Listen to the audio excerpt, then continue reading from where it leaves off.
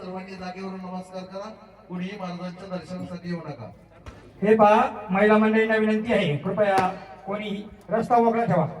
सर्वांना विनंती आहे, कृपया मधला पेशंट महाराजांसाठी मोकळा ठेवायचा आहे. सर्वांना विनंती.